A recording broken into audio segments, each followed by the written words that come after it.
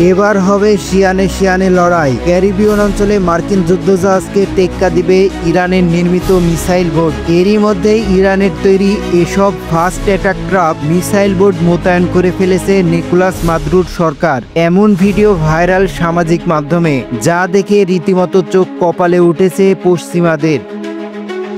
সাম্প্রতিক ক্যারিবিয়ান অঞ্চলে ছড়িয়ে পড়েছে যুদ্ধের উত্তাপ। দক্ষিণ এলাকার সমুদ্রে মার্কিন যুদ্ধজাহাজ, সাবমেরিন এবং নৌবাহিনীর তৎপরতার জবাব দিতে আটঘাট বেঁধে নেমেছে ভেনেজুয়েলার প্রেসিডেন্ট নিকোলাস মাদুরো। এই সময় বন্ধুর সাহায্যে এগিয়ে এসেছে ইরান।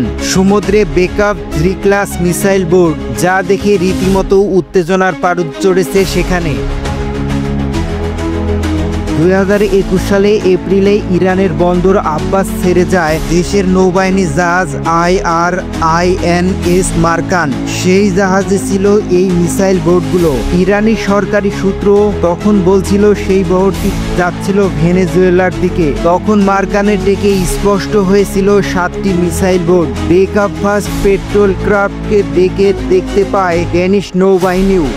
এরপর 2023 সালে জুলাইতে ভেনেজুয়েলার কুচকাওয়াজের সময় সেগুলো প্রদর্শন করে কর্তৃপক্ষ, যা দক্ষিণ ক্যারিবীয় অঞ্চলের নৌবাহিনীর ক্ষমতাকে উল্লেখযোগ্যভাবে পরিবর্তন করতে পারে বলে মনে করছে বিশেষজ্ঞরা।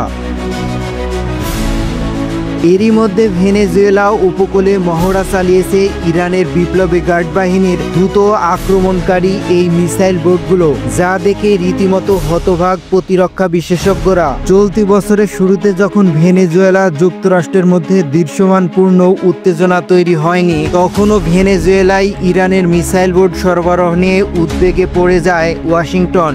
ভেনেজুয়েলা ল্যাটিন আমেরিকার এমন এক শক্তি, যারা মার্কিন আধিপত্যকে গুড়িয়ে দিতে চায় বহুদিন ধরেই।